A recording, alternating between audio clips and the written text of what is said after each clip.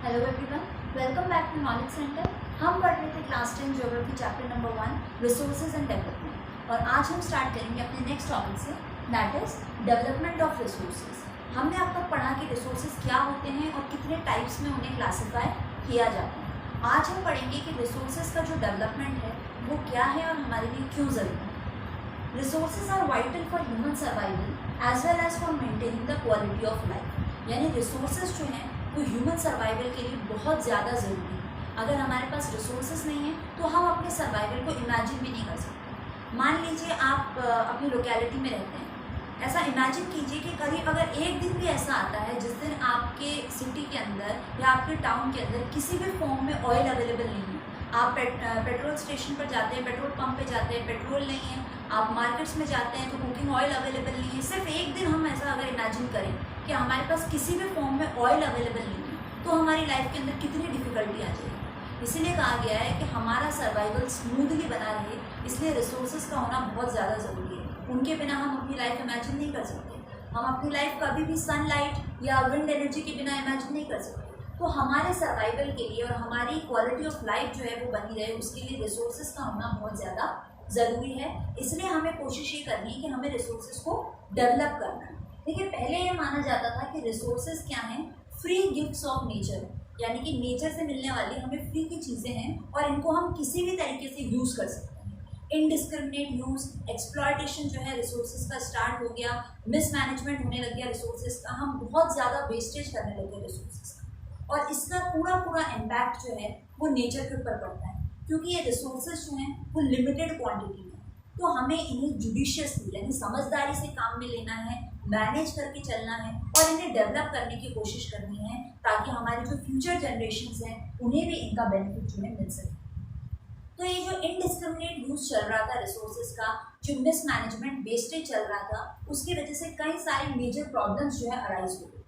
पहली प्रॉब्लम थी depletion of resources, यानी रिसोर्सेज जो है वो धीरे धीरे खत्म होने लग गए for satisfying the greed of a few individuals, यानी कि कुछ लालची लोगों की वजह से या कुछ नासमझ लोगों की वजह से जो कि रिसोर्सेज को वेस्ट कर रहे हैं, प्रॉपरली मैनेज करके नहीं चल रहे हैं, उन लोगों की वजह से रिसोर्सेज बहुत ही फास्ट रेट से जो है डिप्लीट होने लगे हैं, डिक्रीज होने लगे हैं, कम होने लगे और ख़त्म होने की स्टेज तक पर आ चुके हैं। दूसरी जो प्रॉब्लम अराइज हुई, accumulation of resources in few hands. भाई, हम ये जानते हैं कि हमारे इंडिया में अनइक्वल डिस्ट्रीब्यूशन ऑफ इनकम। कुछ लोग जो हैं वो बहुत ज़्यादा रिच हैं, उनके पास टेक्नोलॉजी भी बहुत अच्छी अवेलेबल है, तो वो मैक्सिमम यूज़ करने लग गए रिसोर्सेज। उसी तरह अगर हम पुअर सेक्शन से उनका कंपैरिजन करें, यानी कि वो इनकम जिनके पास टेक्नोलॉजी भी इतनी ज़्यादा अप टू डेट नहीं है, मनी भी कम है, तो उन लोगों तक वो जो है रिसोर्सेज को अफोर्ड नहीं कर पा रहे हैं, उन लोगों तक बेनिफिट नहीं पहुंच पा रहा है। तो मेजर प्रपोर्शन जो है हमारे रिसोर्सेज का वो कुछ फ्यू वेरी रिच इंडिविजुअल्स के हाथों में रह गया है, और इनका बेनिफिट जो है सभी सेक्शंस को प्रॉपरली नहीं मिल पा रहा है। थर्ड जो प्रॉब्लम अराइज हुई कि indiscriminate exploitation of resources led to global ecological crisis, यानी कि हम जो इनडिस्क्रिमिनेट यूज़ कर रहे हैं, जो एक्सप्लॉयटेशन कर रहे हैं रिसोर्सेज का, उसकी वजह से काफ़ी सारी एनवायरमेंटल प्रॉब्लम अराइज हो गई ग्लोबल लेवल में, जैसे कि ग्लोबल वार्मिंग है, ओजोन लेयर डिप्लीशन है, एनवायरमेंटल पॉल्यूशन है। ये सारी बड़ी बड़ी ग्लोबल लेवल की प्रॉब्लम्स, एनवायरमेंटल इश्यूज जो हैं अराइज हो गए, क्योंकि हम अपने रिसोर्सेज का इनडिस्क्रिमिनेट यूज़ कर रहे हैं, हम रिसोर्सेज को वेस्ट कर रहे हैं। तो ये सारे प्रॉब्लम्स जो हैं ये एक अलार्मिंग रेट थी इस चीज़ को बताने के लिए कि हमें जो है रिसोर्सेज को डेवलप करना पड़ेगा, उन्हें कंजर्व करके चलना पड़ेगा और उन्हें समझदारी से जुडिशियसली यूटिलाइज करना पड़ेगा, अगर हम अपना फ्यूचर सिक्योर करना चाहते हैं, अपनी फ्यूचर जनरेशन्स तक रिसोर्सेज का बेनिफिट पहुंचाना चाहते हैं। तो इन्हीं सारी प्रॉब्लम्स का सॉल्यूशन निकालने के लिए हम कह सकते हैं कि रिसोर्सेज का इक्विटेबल डिस्ट्रीब्यूशन होना ज़रूरी है, यानी कि इक्वल डिस्ट्रीब्यूशन होना चाहिए। ऐसा नहीं है कि जो रिच है उन्हीं के पास सारे रिसोर्सेज रह गए और बाकी बचा हुआ प्रोपोर्शन ऑफ पॉपुलेशन जो है विदाउट रिसोर्सेज बैठे। इक्वल डिस्ट्रीब्यूशन होना चाहिए among all sections of society, ताकि सभी को जो है रिसोर्सेज का बेनिफिट मिल सके। और इसीलिए यहाँ पर जो है रिसोर्स प्लानिंग की नीड जो है वो अराइज हुई कि अगर हम प्लान्ड वे में रिसोर्सेज को यूज़ करेंगे, प्लानिंग करके चलेंगे कि कितना रिसोर्स हमें किस सेक्टर में अलॉट करना है, किस तरह हमें यूटिलाइज करना है, किस तरह उन्हें कंजर्व करना है, सेव करना है। अगर ये सब कुछ हम एक प्लान तरीके से करेंगे तो हम प्रॉपरली अपने अवेलेबल रिसोर्सेज को जो है मैनेज करके चल पाएंगे और इस तरह की जो एनवायरमेंटल इश्यूज है वो हमारे सामने डेवलप नहीं होंगे। तो यहाँ से जो है रिसोर्स प्लानिंग की नीड जो है वो अराइज होने लगी।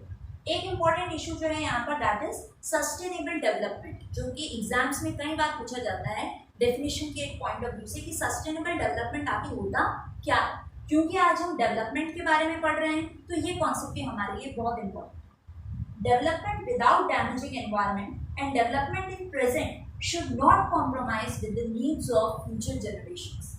इस सस्टेनेबल डेवलपमेंट का मतलब ये है कि हम डेवलपमेंट तो करेंगे, हम विकास तो करेंगे अपने नेशन का, अपने रिसोर्सेज का, लेकिन एक चीज़ को फोकस रखते हुए, एक चीज़ को माइंड में रखते हुए कि हमारे डेवलपमेंट से एनवायरनमेंट को डैमेज नहीं होना चाहिए। एनवायरमेंटल पॉल्यूशन या एनवायरमेंटल डिग्रेडेशन जो है हम नहीं करेंगे बाय डेवलपिंग आवर रिसोर्सेज। साथ ही साथ हम इस तरह डेवलपमेंट करेंगे कि हमारी प्रेजेंट जनरेशन जो है वो लिमिटेड यूज़ करे रिसोर्सेज। अगर प्रेजेंट जनरेशन जो है वो रिसोर्सेज को बहुत ज़्यादा यूज़ करेगी तो फ्यूचर जनरेशन के लिए कुछ नहीं बचेगा। इसलिए प्रेजेंट जनरेशन की नीड्स को हमें ध्यान में रखना है, प्रेजेंट जनरेशन की ज़रूरतों को हमें पूरा करना है, लेकिन साथ ही हमें ये भी ध्यान में रखना है कि फ्यूचर जनरेशन के लिए भी हमें रिसोर्सेज जो है वो कंजर्व करने हैं ताकि उन तक भी जो है इनका बेनिफिट पहुँच सके। तो सस्टेनेबल डेवलपमेंट क्या है कि डेवलपमेंट हम कर रहे हैं without damaging environment and present generation का भी डेवलपमेंट हो रहा है साइड बाय साइड, हम फ्यूचर जनरेशन के लिए कंजर्वेशन भी कर रहे हैं, उनके नीड्स को भी ध्यान में रखते हुए हम लिमिटेड यूज रिसोर्सेज का कर रहे हैं। That is what sustainable development. तो हम बात कर रहे थे रिसोर्स प्लानिंग के बारे में कि भाई नंबर ऑफ इश्यूज जो है, प्रॉब्लम्स जो है अराइज हो गई जिसकी वजह से नीड फेल्ट हुई कि रिसोर्स की जो है प्रॉपर प्लानिंग होनी चाहिए ताकि अवेलेबल रिसोर्सेज का मैनेजमेंट जो है वो प्रॉपर हो सके। अब ये रिसोर्स प्लानिंग जो है दिस शुड बी बैलेंस्ड, यानी कि बैलेंस्ड वे में होनी चाहिए हर लेवल पर। अगर हम बात करें सेंट्रल लेवल की, अगर हम बात करें स्टेट लेवल की, या चाहे हम बात करें लोकल लेवल की, हर एक लेवल पर इतना अवेयर होना पड़ेगा गवर्नमेंट को, लोगों को, सिटीजन्स को कि भाई रिसोर्सेज जो हैं ये लिमिटेड हैं और किस तरह हमें इन्हें जुडिशियसली, समझदारी से यूटिलाइज करना है, काम में लेना है, कहाँ पर हमें इन्हें कंजर्व करना है, सेव करना है, कहाँ पर कितना यूज़ करना है ताकि सारा मैनेजमेंट जो है वो प्रॉपरली हो सके। तो ये सारा जो प्लानिंग है ये बैलेंस्ड होना चाहिए, हर लेवल के ऊपर होना चाहिए ताकि जुडिशियस यूज जो है वो रिसोर्सेज का हो सके। अब ऐसा क्यों बोला गया? क्योंकि भाई हमारे इंडिया में जो है हमने देखा है कि अलग अलग स्टेट्स में हमारा नेशन बटा हुआ है और हर स्टेट में अलग अलग ज्योग्राफिकल कंडीशंस हैं, अलग अलग क्लाइमेटिक कंडीशंस हैं। इसी तरह अगर हम रिसोर्स कवर देखें तो वो भी हमारे इंडिया में जो है अलग अलग है। कुछ एरियाज तो ऐसे हैं जो कि रिसोर्सेज में बहुत ज़्यादा रिच हैं और कुछ एरियाज ऐसे हैं जो बहुत पुअर हैं, जहाँ पर किसी भी टाइप के रिसोर्सेज आपको देखने को नहीं मिलेंगे। कुछ एरियाज जो हैं वो इतने ज़्यादा सेल्फ सफिशिएंट है, यानी कि रिसोर्सेज उनके पास इतने हैं कि उन्हें किसी दूसरी स्टेट गवर्नमेंट की या किसी भी हेल्प की ज़रूरत नहीं पड़ती। उनके रिसोर्सेज जो हैं वो उनके लिए काफ़ी, और कुछ रिसोर्सेज जो हैं वो वहाँ पर बहुत शॉर्टेज है रिसोर्सेज की कुछ एरियाज़ में। क्यों? क्योंकि वहाँ पर जो है रिसोर्सेज है ही नहीं, उन्हें दूसरे स्टेट से बोरो करना पड़ता है, दूसरे कंट्रीज से बोरो करना पड़ता है। तो कहने का मतलब है कि रिसोर्सेज का भी जो है अनइवन डिस्ट्रीब्यूशन है हमारी पूरी इंडिया के अंदर। जैसे हम एग्जांपल लें, मान लीजिए झारखंड है, छत्तीसगढ़ है, मध्य प्रदेश है, ये कुछ ऐसे एरियाज है जहाँ पर मिनरल्स और कोल डिपॉजिट्स बहुत ज़्यादा अमाउंट में प्रेजेंट है। कहने का मतलब है कि ये सारे रीजन्स जो हैं वो मिनरल पॉइंट ऑफ व्यू से रिच हैं। अगर हम बात करें अरुणाचल प्रदेश की तो वहाँ पर वाटर रिसोर्सेज बहुत अच्छी तरीके से, बहुत लार्ज अमाउंट में प्रेजेंट है, बट उसी स्टेट में जो है इंफ्रास्ट्रक्चर डेवलपमेंट नहीं है, टेक्नोलॉजी अवेलेबल नहीं है कि भाई इन रिसोर्सेज को किस तरह यूटिलाइज किया जा सके। अगर हम बात करें राजस्थान की, गुजरात की, तो यहाँ पर जो है सोलार एनर्जी, विंड एनर्जी, हमने लास्ट वीडियो में भी डिस्कस किया था कि बहुत अच्छी तरह प्रेजेंट है, लेकिन हम लोग जो है यूज़ नहीं करते हैं। अब हम अगर राजस्थान की ही बात करें तो वाटर रिसोर्सेज यहाँ पर अवेलेबल नहीं है। तो कहने का मतलब है कुछ एरियाज ऐसे हैं जहाँ पर कुछ रिसोर्सेज तो बहुत अच्छे से हैं बट किसी और रिसोर्स की कमी है, कुछ एरियाज में बिल्कुल भी रिसोर्स नहीं है, कुछ एरियाज में बहुत ज़्यादा रिसोर्सेज हैं। तो कहने का मतलब है कि ये जो अनइवन है, इनइक्वालिटी है बिटवीन डिफरेंट एरियाज, इस सभी चीज़ों को प्रॉपरली मैनेज करने के लिए हमें एक बैलेंस्ड प्लानिंग की ज़रूरत है हर लेवल पर, ताकि हम ये जो अनइवन डिस्ट्रीब्यूशन है इसको इवन करके सभी रिसोर्सेज का बेनिफिट जो है पूरे नेशन में पहुंचा सके। तो इन सभी चीज़ों के लिए रिसोर्स प्लानिंग जो है वो बैलेंस्ड होनी चाहिए और सभी लेवल्स पर होनी चाहिए। तो रिसोर्स प्लानिंग के भी कुछ स्टेप्स हैं जो कि हमारी गवर्नमेंट फॉलो करती है। देखिए पहला स्टेप क्या है, identification and inventory of resources. यानी सबसे पहले हम क्या करेंगे, हम सर्वे करेंगे, हम मैपिंग करेंगे, हम ये पता लगाने की कोशिश करेंगे कि कौन से एरिया में कितने रिसोर्सेज प्रेजेंट है। हम क्वांटिटी और क्वालिटी दोनों टर्म्स में मेजर करेंगे कि भाई सबसे पहले तो ये पता लगाया जाए कि इस एरिया में कितने रिसोर्सेज हैं और किस लेवल पे किस क्वालिटी के रिसोर्सेज हैं। अगर हमें पता ही नहीं है कि किस एरिया में किस टाइप के रिसोर्सेज हैं तो हम फिर उनको यूज़ करने की प्लानिंग कैसे करेंगे। तो सबसे पहला स्टेप जो है प्लानिंग के अंदर कि आप सबसे पहले आइडेंटिफाई करो, एस्टिमेट करो, मेजर करने की कोशिश करो कि किस एरिया में कितने रिसोर्सेज प्रेजेंट हैं। सेकेंड स्टेप है हमारा planned structure for implementation of plans. यानी कि हम एक पूरा प्लान स्ट्रक्चर बनाएंगे, एक पूरा फ्रेमवर्क तैयार करेंगे कि हमने जो भी प्लान्स बनाए हैं, जो भी पॉलिसीज बनाई हैं रिगार्डिंग रिसोर्स प्लानिंग, उसको हम किस तरह इम्प्लीमेंट करें, यानी किस तरह लागू करें। सिर्फ प्लानिंग करने से तो काम होगा नहीं, हमने जो भी प्लान बनाए हैं उसको इम्प्लीमेंट भी करना पड़ेगा, लागू भी करना पड़ेगा, उस पर वर्क भी करना पड़ेगा, तब जाके जो है कंट्री को उसका यूटिलाइजेशन मिलेगा। तो अब प्लान्स को प्रॉपरली इम्प्लीमेंट करने के लिए, लागू करने के लिए हमें किन चीज़ों की ज़रूरत पड़ेगी भाई, टेक्नोलॉजी हमारे पास होनी चाहिए, स्किल्स होने चाहिए प्रॉपर, ह्यूमन रिसोर्स हमारा एजुकेटेड हो, पढ़ा लिखा हो, जो रिसोर्सेज को यूटिलाइज कर सके, साथ ही साथ इंस्टीट्यूशनल सेटअप होना चाहिए हमारा कि भाई हमारी कंट्री में ऐसे इंस्टीट्यूट्स हैं जो कि इन रिसोर्सेज को प्रॉपरली यूटिलाइज कर सकें। अगर आपको याद हो तो हमने अपने फर्स्ट वीडियो में डिस्कस किया था कि नेचर, ह्यूमन बींग्स जो हैं वो नेचर, टेक्नोलॉजी और इंस्टीट्यूशंस, ये तीनों ही एलिमेंट्स को साथ में लेकर काम करते हैं, तभी किसी नेशन का जो है डेवलपमेंट हो सकता है। तो नेचर आपको अवेलेबिलिटी ऑफ रिसोर्सेज दे रही है, लेकिन साथ ही साथ प्रॉपर इम्प्लीमेंटेशन के लिए आपको टेक्नोलॉजी भी चाहिए, आपको इंस्टीट्यूशनल सपोर्ट भी चाहिए, ताकि आप जो है रिसोर्सेज को प्रॉपरली यूटिलाइज कर सकें। थर्ड स्टेप जो है हमारा प्लानिंग के अंदर, matching resource development plan with national development plans. यानी कि हमने रिसोर्स डेवलपमेंट के लिए प्लान्स बना लिए, लेकिन हमें ये भी ध्यान रखना है कि हमारे नेशन के डेवलपमेंट प्लान्स क्या हैं। यानी रिसोर्सेज को इस तरह डेवलप करो जिससे कि नेशन का डेवलपमेंट हो सके, नेशन को बेनिफिट मिल सके, नेशन को फायदा हो सके।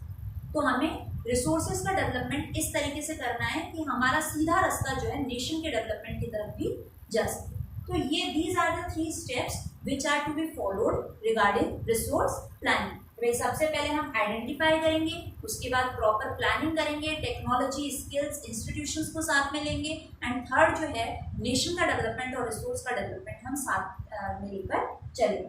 So all these were the steps for resource planning. अब जो नेक्स्ट चीज़ हमारे सामने आती है दैट इज कि भाई हमने बात की रिसोर्सेज का डेवलपमेंट करना है, उसके लिए हम प्लानिंग करेंगे। तो जो कंक्लूजन हमारे सामने निकल के आता है कि सबसे पहली चीज़ तो रिसोर्सेज की अवेलेबिलिटी होनी चाहिए कि भाई आपके पास रिसोर्स होने चाहिए। उसके बाद आपके पास टेक्नोलॉजिकल डेवलपमेंट होना चाहिए कि उसको यूटिलाइज करने के लिए, प्रॉफिटेबल, प्रोडक्टिव बनाने के लिए आपके पास टेक्नोलॉजी अवेलेबल होनी चाहिए। एंड लास्ट स्टेप जो है हमारा इंस्टीट्यूशनल चेंजेस, यानी कि उस लेवल के इंस्टीट्यूशंस हो, उस लेवल का इंफ्रास्ट्रक्चर हो आपकी कंट्री के अंदर कि उन रिसोर्सेज को और ज़्यादा प्रोडक्टिव और ज़्यादा प्रॉफिटेबल बनाया जा सके। तो ये तीनों ही चीज़ें जो हैं अगर कॉम्बिनेशन में हमारे साथ हैं तब हमारा रिसोर्स डेवलपमेंट भी बहुत फास्ट होगा और हमारा नेशन का डेवलपमेंट भी जो है बहुत जल्दी होगा। तो ये तीनों ही चीज़ें जो हैं ये ज़रूरी हैं।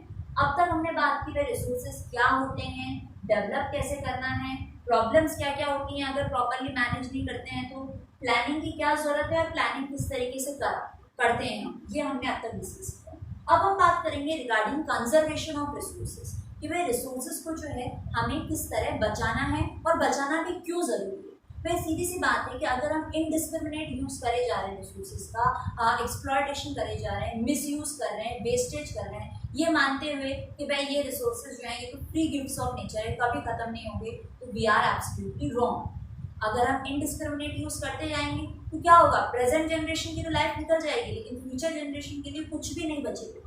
अगर हम इनडिस्क्रिमिनेट यूज़ कर रहे हैं तो रिसोर्सेज जो है बहुत जल्दी डिप्लीट हो रहे हैं, बहुत जल्दी खत्म होने की स्टेज पर आ रहे हैं। इसलिए इन सारी प्रॉब्लम्स को अवॉइड करने के लिए हमें रिसोर्सेज को कंजर्व करना ज़रूरी है, ताकि ना सिर्फ प्रेजेंट जनरेशन की रिक्वायरमेंट्स फुलफिल हो बल्कि फ्यूचर जनरेशन की भी नीड्स को, उनके रिक्वायरमेंट्स को भी माइंड में रखते हुए हमें अपने रिसोर्सेज को कंजर्व करना है through judiciously utilising them and managing them properly through proper resource planning.